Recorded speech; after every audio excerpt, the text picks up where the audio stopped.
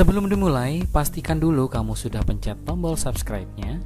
Subscribe itu gratis 100% tanpa syarat. Dan juga lonceng notifikasinya agar kamu selalu menjadi orang yang paling update melihat video-video dari Rubicon. Rubicon, salam BK mengudara. Siapa yang gak kenal aktris muda dengan segudang prestasi, baik di dunia entertainment dan juga pendidikan. Kita mengenalnya sebagai Maudy Ayunda yang sebenarnya nama aslinya adalah Ayunda Faza Maudia.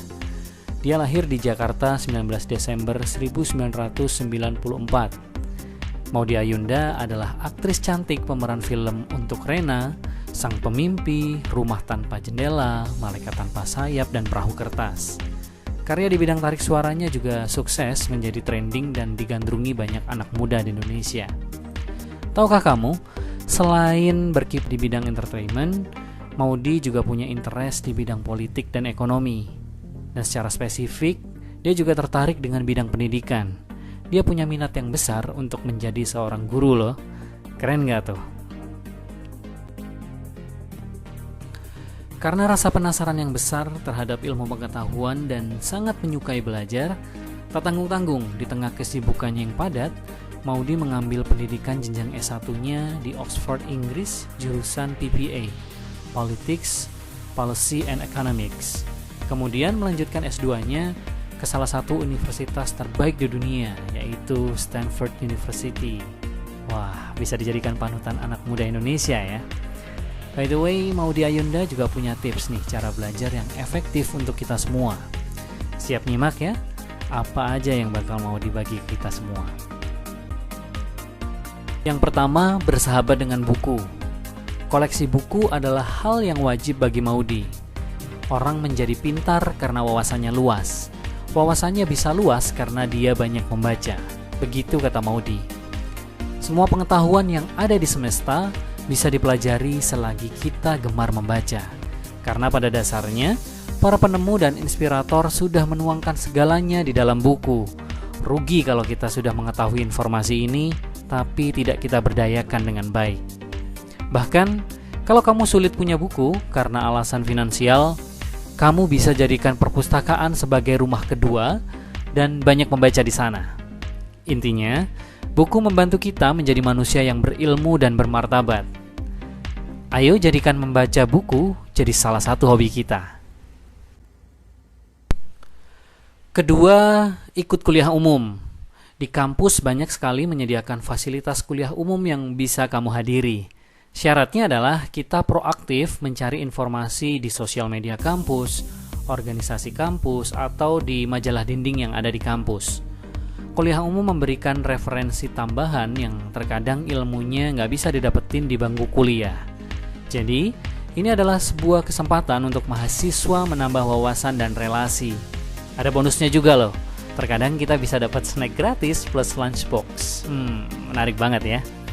Oh ya, untuk kamu yang masih duduk di bangku SMP ataupun SMA, bisa ikut ekskul akademik yang diberikan sekolah atau mengikuti seminar yang diadakan sekolah maupun luar sekolah. Ketiga, mempelajari kembali hal yang belum dimengerti. Maudy seringkali melakukan teknik speed reading atau membaca cepat untuk screening konten dari bahan bacaannya. Apabila ada yang belum dimengerti, nanti akan dia tandai, kemudian dia pelajari kembali secara berulang hingga paham. Sebagai catatan, yang paling penting adalah berusaha memahami kembali, bukan menghafal kembali ya, agar bisa memaknai apa yang telah dipelajari. Keempat, membuat catatan. Bukan mencatat setiap kata yang keluar dari dosen, mentor, atau guru kita. Karena itu akan wasting time. Hal itu tidak membedakan kita dengan robot atau aplikasi recorder. Cukup mencatat pada poin yang sangat penting, yang tidak ada di buku referensi kita, dan agak sulit dipahami dalam satu waktu saja. Catatan bisa memudahkan ketika suatu waktu kita membutuhkannya untuk dipelajari kembali. Kemudian, tidak perlu khawatir kalau tulisanmu seperti sandi rumput, asal kamu bisa membacanya dengan baik. Kelima, jangan lupa istirahat dan menyalurkan hobi kita agar refresh belajarnya.